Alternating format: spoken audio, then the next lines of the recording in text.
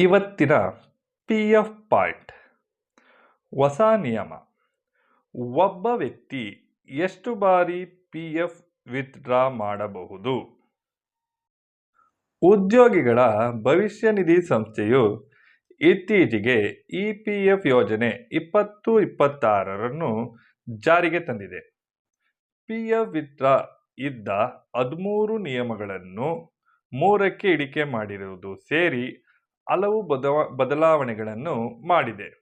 ಅಷ್ಟೇ ಅಲ್ಲ, ಒಬ್ಬ ವ್ಯಕ್ತಿಯು ಸದಸ್ಯತ್ವದ ಅವಧಿಯಲ್ಲಿ ಗರಿಷ್ಠ ಎಷ್ಟು ಬಾರಿ ಪಿ ಎಫ್ ವಿತ್ಡ್ರಾ ಮಾಡಬಹುದು ಎಂಬುದರ ಬಗ್ಗೆಯೂ ಹೊಸ ನಿಯಮಗಳನ್ನು ಘೋಷಿಸಿದೆ.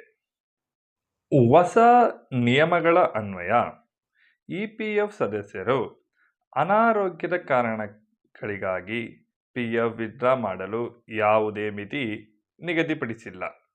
ಆದರೆ ಅನಾರೋಗ್ಯದ ವೇಳೆ ಎಷ್ಟು ಬಾರಿಯಾದರೂ ಪಿ ಎಫ್ ವಿತ್ಡ್ರಾ ಮಾಡಬಹುದು ಎಂದು ಇ ಪಿ ಎಫ್ ತಿಳಿಸಿದೆ.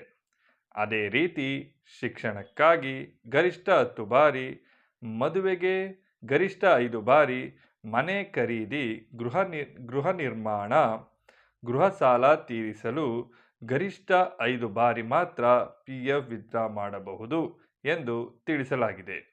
ಇ ಪಿ ಎಫ್ ನಿಗದಿಪಡಿಸಿದ ವಿಶೇಷ ಸಂದರ್ಭಗಳಲ್ಲಿ 1 ಹಣಕಾಸಿನ ವರ್ಷಗಳಲ್ಲಿ 2 ಬಾರಿ ಮಾತ್ರ ವಿತ್ಡ್ರಾ ಮಾಡಬಹುದು.